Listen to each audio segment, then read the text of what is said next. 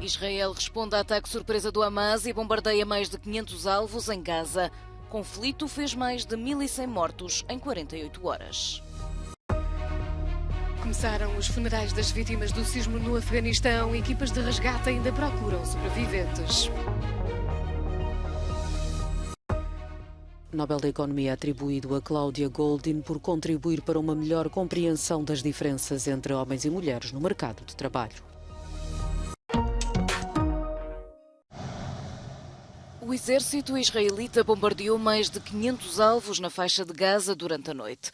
A ofensiva militar foi levada a cabo após este domingo Tel Aviv ter declarado formalmente guerra ao Hamas. O conflito tinha já feito mais de 700 mortos em Israel depois do ataque sem precedentes levado a cabo no sábado pelo grupo fundamentalista islâmico. 260 corpos foram recuperados de um local onde decorria um festival de música maioritariamente frequentado por jovens. Ainda de acordo com o Hamas, mais de 130 israelitas foram feitos reféns. Benjamin Netanyahu promete não poupar o grupo pelo ataque. Este domingo, o governo de Israel acionou o estado de emergência para armamento de civis. O reforço está a chegar também dos Estados Unidos. A garantia foi já dada pelo presidente Joe Biden, com Washington a comprometer-se a enviar toda a ajuda necessária para Tel Aviv. Mais de 48 horas após o grupo militante palestiniano ter lançado um ataque surpresa, um porta-voz da defesa israelita diz ainda estarem a decorrer combates no terreno no sul de Israel. Os militares admitem que os combatentes do Hamas ainda estejam a entrar no país a partir de Gaza. Após 2 dias intensos de combates, as autoridades palestinianas registavam mais de 400 mortos e cerca de 2.300 feridos. De acordo com as Nações Unidas, o conflito já fez mais de 123 mil pessoas deslocadas em Gaza.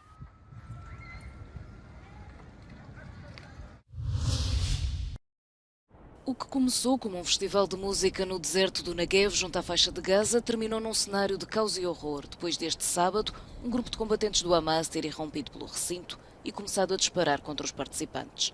As autoridades israelitas encontraram pelo menos 260 corpos no local, mas o número de vítimas é ainda incerto. Familiares e amigos procuram agora pelos desaparecidos, maioritariamente jovens.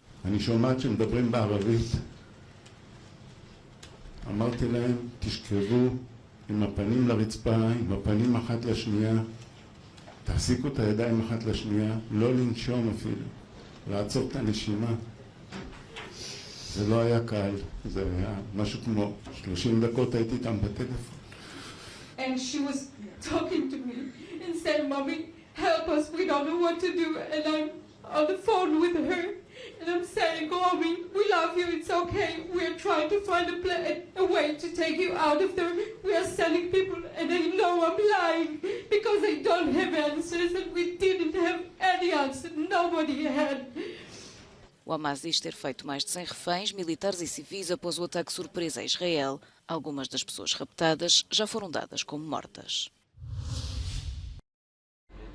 Diversos países membros do Conselho de Segurança das Nações Unidas condenaram a ofensiva do Hamas contra Israel, mas não houve uma declaração unânime saída da reunião à porta fechada daquele G15 da ONU para a Paz e Segurança Internacional. Os Estados Unidos lamentaram a falta de unanimidade. The situation is still fluid and very dangerous, and we've got to. We're working hard, as I know other countries in the region are, to try to prevent this conflict from spreading. Obviously, our thoughts are with all civilians that are hurt, but what we need to focus on is this ongoing terrorist violence being committed by Hamas. Com Washington a decidir enviar equipamento militar de ajuda para Israel, diante da Casa Branca, diversos manifestantes pró-Palestina concentraram-se. Um protesto em linha com as palavras do representante da autoridade palestiniana na ONU. Riyad Mansour lembrou que a história não deve começar apenas quando morrem israelitas. Também em Berlim se formaram manifestações, esta de apoio a Israel, mas também uma outra espontânea, a celebrar o ataque do Hamas contra Israel, e que a polícia berlinense disse pelas redes sociais ter interrompido. Na Jordânia, país vizinho de Israel e da Cisjordânia, centenas de pessoas concentraram-se na capital Amman, com cartazes de apoio ao Hamas e gritos para o mundo árabe, nomeadamente para a Arábia Saudita, para separarem as negociações para normalizar as relações com Israel. A Turquia atacou um centro de treino das Forças Armadas Curdas na região de Al-Malikia, no norte da Síria, provocando a morte de pelo menos 20 pessoas e deixando meia centena de feridos, anunciou o Observatório Sírio dos Direitos Humanos. O Ministério da Defesa turco anunciou ter bombardeado 6 locais afetos às Forças de Defesa Curdas e ao PKK. Entre os alvos estaria pelo menos uma instalação petrolífera. Os raids aéreos turcos começaram na quinta-feira e são vistos como uma resposta ao atentado terrorista no início do mês contra o Ministério do Interior em Ankara, reivindicado pelo PKK. Começaram os funerais das vítimas do sismo do passado sábado no oeste do Afeganistão. Pelo menos 2.400 pessoas morreram no abalo de magnitude 6.3, que foi seguido por várias réplicas. As equipas de resgate ainda estão à procura de sobreviventes debaixo dos escombros, mas os meios são escassos e o acesso às localidades mais remotas é difícil. As autoridades do país classificaram este sismo como sendo sem precedentes e deixaram o alerta que o número de mortos vai certamente aumentar. O Crescente Vermelho afegão conseguiu levar alguma ajuda até à província de Herat.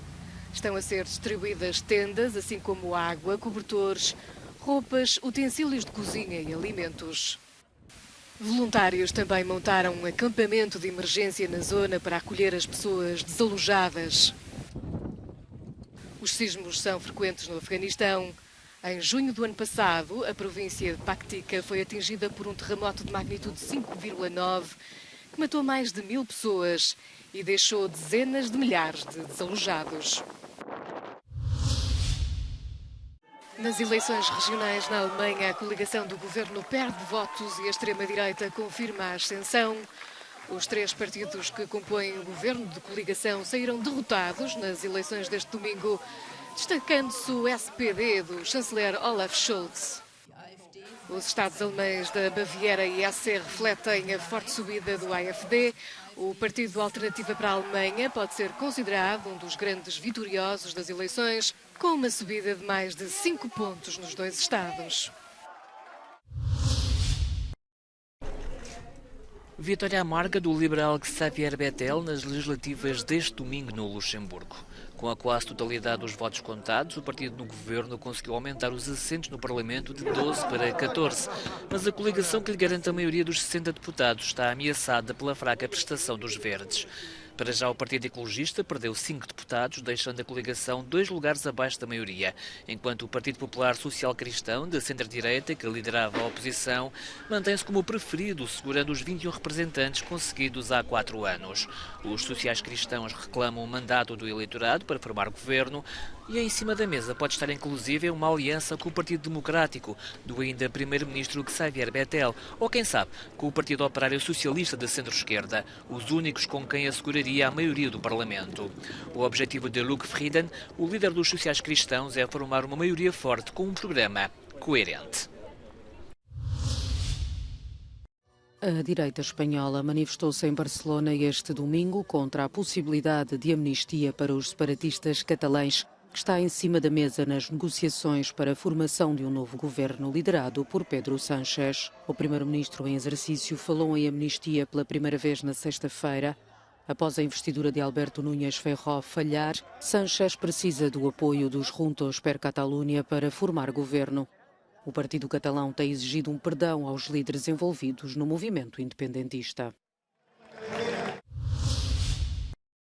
Palavras de ordem, ruído e cartazes pouco hospitaleiros receberam este domingo os turistas que chegaram num navio de luxo ao porto de Douarnenez para uma escala no norte de França. Cerca de 80 manifestantes, muitos mascarados de animais polares, contestavam o impacto do turismo de cruzeiros. Apesar de o navio se dirigir de Dublin para Lisboa, o cruzeiro, com capacidade para menos de 200 passageiros, tem já na agenda para novembro uma viagem à Antártida. Les navires qu'on a ici, ils passent leur temps à faire des allers-retours entre l'Arctique et l'Antarctique. Donc du coup voilà, c'est un peu en soutien à la faune polaire qui subit le changement climatique et toutes les conséquences de notre mode de vie dans cette société. Donc nous dénonçons tout simplement cette industrie qui n'a pas lieu d'être. On n'a pas besoin de cette industrie.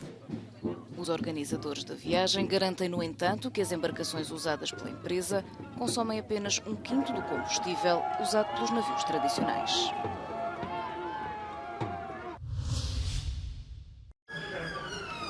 Uma onda de calor tomou conta de Londres e os residentes procuram formas de se refrescarem das temperaturas pouco habituais, principalmente para esta altura do ano.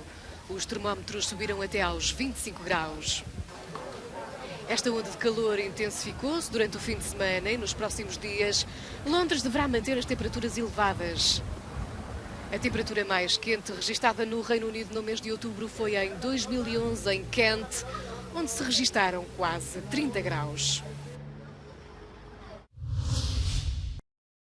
A professora investigadora Claudia Goldin, da Universidade de Harvard, é a vencedora do Nobel da Economia, um galardão atribuído pela investigação que permitiu compreender melhor as diferenças entre homens e mulheres no mercado de trabalho. A investigadora demonstrou que em 200 anos, e apesar do crescimento económico contínuo e das mulheres serem mais qualificadas em termos educacionais, os seus salários não acompanharam sistematicamente os dos homens e continua a existir um fosso. Goldin é a terceira mulher em 54 atribuições a ser agraciada com esta importante distinção.